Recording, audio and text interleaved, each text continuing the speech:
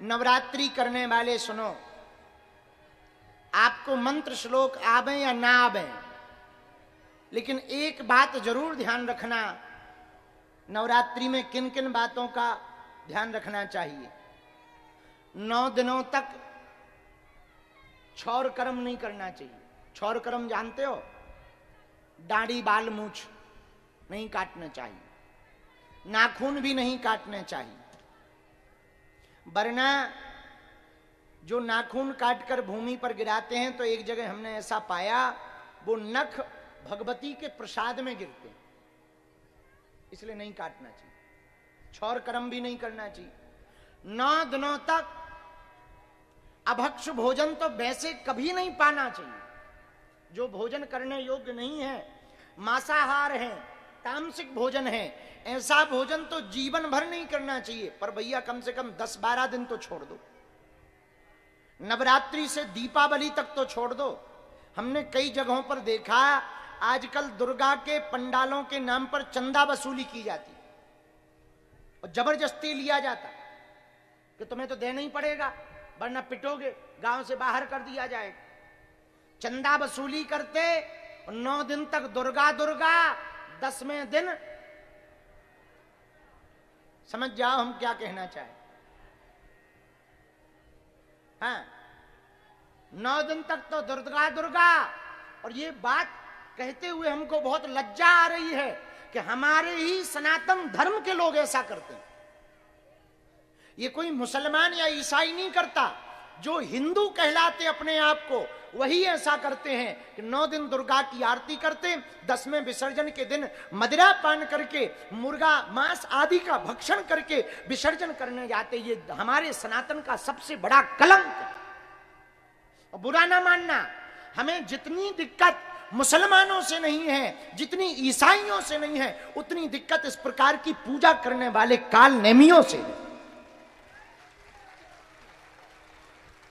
ये सनातन धर्म का ह्रास है। इसलिए नवरात्रि की उपासना करने वाले सुनो, 9 दिनों तक छौर कर्म नहीं करना, बाल नहीं काटना, नख नहीं काटना। 9 दिनों तक हो सके तो भूमि में शयन करना, जमीन में। 9 दिनों तक तीसरी बात का ध्यान रखना, अभक्ष भोजन नहीं करना। जो भोज्य पदार्थ हो, सात्विक हो सके तो फलाहार रहो, फिर भी फलाहार नहीं रह सकते तो पाव पर सात्विक पाव। चौथा नियम, 9 दिनों तक देवी मंत्र का जप करें। भगवती का मंत्र आता हो तो ठीक है, ना आता हो तो जय माता दी गाओ। और सुनो, भगवती भाव की भूखी हैं, श्लोक की भूखी नहीं है।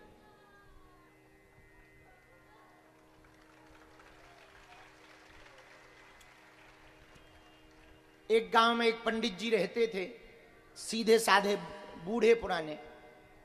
वो एक नदी के किनारे देवी का जप कर रहे थे, तो उनका श्लोक शुद्ध नहीं था। तो नमस्तस्यै की जगह वो कहते थे नमस्तस्मै नमस्तस्मै नमस्तस्मै नमो नमः। कोई भी श्लोक, एक श्लोक है ना, या देवी सर्वभूतेषु शक्ति रूपेण संस्थिता नमस्तस्यै, तो वो कहते थे नमस्तस्मै नमस्तस्मै नमस्तस्मै नमो नमः। तो एक विद्वान पंडित जी खड़े थे, बोले वाह, शर्म नहीं आती आपको? इस प्रकार से आप बोल रहे हो, नमस्तस्यै की जगह नमस्तस्मै बोल रहे हो, नमः तस्मै बोल रहे हो, नमस्तस्मै बोल रहे हो। नहीं, गलत है, बहुत गलत है। पंडित जी बोले महाराज हम तो यही गाते हैं। बोले कब से गा रहे? बोले 80 साल हो गए। बोले फिर तो बहुत पाप का काम किया, तुम्हारे सब पुण्य चले गए। अब वो बेचारे रोने लगे, गिर गए। बूढ़े पंडित जी सीधे साधे। तत्क्षण दोनों के बीच में भगवती प्रकट भई, और जो विद्वान थे, ज्यादा संस्कृत झाड़ रहे थे, उनको डांट कर बोली सुनो, वो जैसा बोल रहा ठीक बोल रहा है। तो विद्वान पंडित जी ने कहा मां, आपका ये अर्थ का अनर्थ कर रहा। नमस्तस्यै की जगह नमस्तस्मै नमस्तस्मै कह रहा, स्त्री लिंग को पुल्लिंग बना रहा है। तो देवी ने कहा वो ठीक कह रहा है, ना तो मैं स्त्री हूं ना मैं पुरुष हूं, मैं जो जिस भाव से भजे मैं तो वही हूं। और हम तुम्हारे नमस्तस्यै में प्रसन्न नहीं हैं, लेकिन इसके नमः तस्मै में प्रसन्न हैं।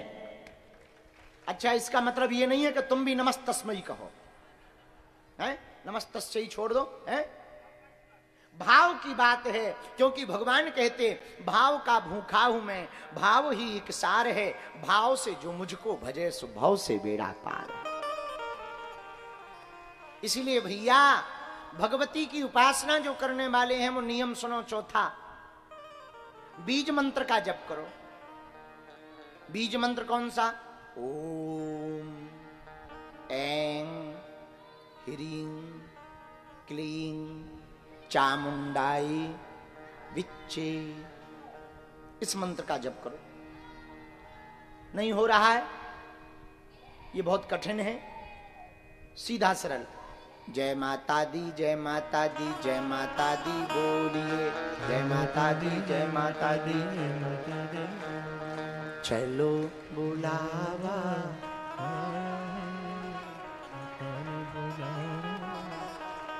हो, चलो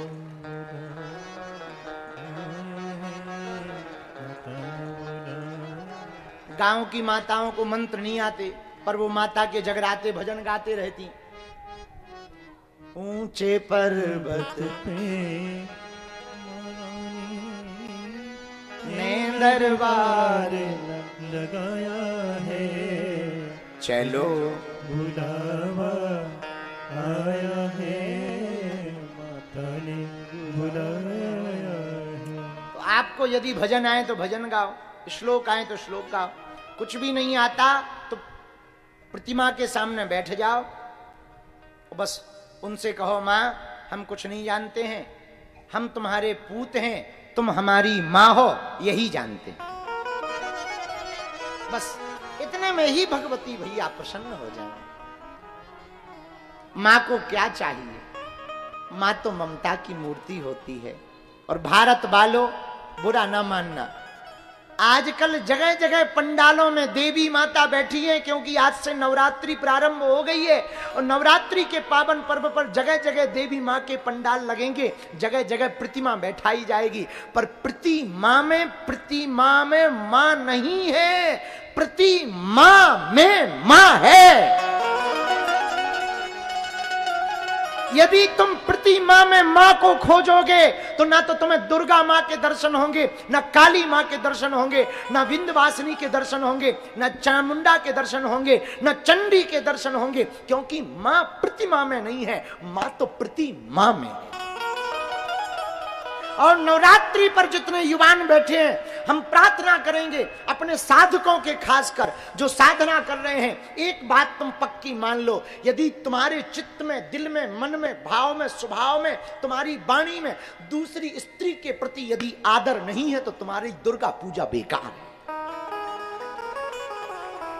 भगवती के लिए कुपुत्रो जायते पूत कपूत हो सकता, माता कुमाता नहीं हो सकती, लेकिन शास्त्र कहते यत्र नार्यस्तु पूज्यन्ते रमन्ते तत्र देवता, जहां नारी की पूजा होती वहां देवताओं का वास होता। क्यों? नारी निंदा मत करो, नारी रतन खदान, नारी से नर उपजे ध्रुव प्रहलाद समान। इसलिए मां भगवती की उपासना करने वाले जितने साधक हैं, एक बात और बोलें, इन 9 दिनों में तुम कोई नियम का पालन करो या ना करो, पर एक बात अपने चित्त में रख लो, तुम मां का बालक बनकर जियो। क्या बनकर जियो? जोर से बोलो। बालक बनकर के जियो, उनको मात्र रूप में देखो, बालक बनकर के जियो। यदि बालक बनकर के जियोगे तो नवरात्रि की साधना तुम्हारी सफल होगी। पांचवा नियम है कि हो सके तो प्रातः काल ब्रह्म मुहूर्त में भगवती के दर्शन कर लें। साधना करने वाले भगत प्रथमा को यानी आज, पंचमी को, अष्टमी को और नवमी को 4 दिन, परमा यानी आज, पंचमी, अष्टमी और नवमी जो देवी साधना करते हैं उनको 108 लौंग की माला बना करके देवी को चढ़ानी चाहिए। 108 लौंगों की माला बनाकर प्रथमा को, पंचमी को, अष्टमी को, नवमी को किसी एक दिन या चारों बार 108 लौंग की माला बनाकर उसी माला से जय माता दी या ओम नमः चंडिकाय नमः ये मंत्र का जप या बीज मंत्र जो बोला वो या गुरु मंत्र का जप बोलकर पूरी माला का जप करके देवी को चढ़ा दें। फिर बाद में उसी माला को उतार कर अपने घर पर रख लें। सदैव देवी का वास तुम्हारे आसपास रहेगा। आज प्रथमम शैलपुत्री चा द्वितीयम ब्रह्मचारिणी तृतीयम चंद्रघंटेति कुसुमांडेति चतुर्थकम। आज पहला दिन शैलपुत्री का है। शैलपुत्री मां की उपासना करने वाले साधक सुनो, पहले दिन मां शैलपुत्री पर्वत की पुत्री की पूजा की जाती है। भगवती मां पराम्बा शक्ति पर्वत की पुत्री के रूप में है। उनकी पूजा किस भाव से करनी चाहिए? जैसे पर्वत अपनी बात के लिए हर परिस्थिति में अडिग रहते हैं, खड़े रहते हैं, चाहे आंधी हो, तूफान हो, पानी बरसे, पर्वत खड़े रहते हैं। वैसे ही साधक को भी पहले दिन शैलपुत्री की पूजा करके ये प्रण लेना चाहिए, पृथ्वी पलट जाए पर हम नवरात्रि का नियम नहीं छोड़ेंगे, उपासना का नियम नहीं छोड़ेंगे। तो आज का दिन संकल्प का दिन है। कौन सा दिन है? बोलो बोलो बोलो। उपासना के प्रारंभ में संकल्प का दिन है। आज संकल्प लिया जाता है हम 9 दिनों तक ये करेंगे, ये नहीं करेंगे। तो पहला नियम आपको 5 नियम आपको पता चल ही गए। भूमि पर शयन करना, अभक्ष भोजन नहीं करना, नख सिक आदि छौर कर्म नहीं करना, नाखून आदि काटना नहीं है, सब में देव दृष्टि रखना, स्त्रियों में माताओं में भगवती के दर्शन करने की चेष्टा करना, बीज मंत्र का जप करना, भगवती की आराधना करना, प्रथमा पंचमी अष्टमी और नवमी को लौंग की माला डालना, भगवती को दर्शन करके प्रणाम करके उस माला को अपने घर पर फिर स्थापित करना। इन 9 दिनों में 9 रूपों की साधना करनी। आज के दिन रात्रि काल में जो पूजा करें, शाम को जो पूजा करें वो शैलपुत्री माता के नाम से पूजा करें। जो भी भक्त साधक शैलपुत्री माँ की पूजा आराधना करके माँ शैलपुत्री को खीर का भोग लगाते हैं, उनको भगवती शैलपुत्री रूप में देवी माता कृपा करके आशीर्वाद देती हैं, हर मनोरथों को पूर्ण करती हैं। आज की पूजा धन धान की उन्नति के लिए की जाती है। यदि किसी के पास बहुत अर्थ आता हो, पैसा आता हो, रुकता ना हो, तो आज शैलपुत्री माँ की पूजा करनी चाहिए, खीर का भोग लगाना चाहिए और 7 या 9 तांबे के सिक्का शैलपुत्री माता के चरणों में रख देना चाहिए। नवमी को वही तांबे के सिक्का उठा करके तिजोरी में रख देने से धन धान की वृद्धि भी होती है और धन रुकता भी है। ऐसा आज का महत्व है। बोलो सीताराम। भगवती जगत जननी माता की जय हो। बालाजी महाराज के कृपा पात्र बागेश्वर धाम पीठाधीश्वर परम पूज्य धीरेन्द्र कृष्ण शास्त्री जी महाराज का पावन संकल्प। मध्य प्रदेश में छतरपुर के ग्राम गढ़ा में बनेगा विश्व स्तरीय कैंसर अस्पताल एवं रिसर्च सेंटर, जिसकी आधारशिला देश के यशस्वी प्रधानमंत्री नरेंद्र मोदी जी के कर कमलों से रखी जा चुकी है। 200 करोड़ रुपए की लागत वाले 100 बेड के इस अस्पताल में गरीबों का होगा मुफ्त इलाज। ये बहुत बड़ा अवसर है, बहुत बड़ा काम है। संकल्प बड़ा हो, संतों के आशीर्वाद हो, प्रभु की कृपा हो, तो समय सीमा में सब पूर्ण होता है। हमारे प्रियजनों, बागेश्वर धाम पूरे भारत के लोगों, अभी तक अस्पतालों में मंदिर थे, अब मंदिर में अस्पताल होगा। कैंसर हॉस्पिटल निर्माण हेतु सहयोग देकर पुण्य के भागी बने।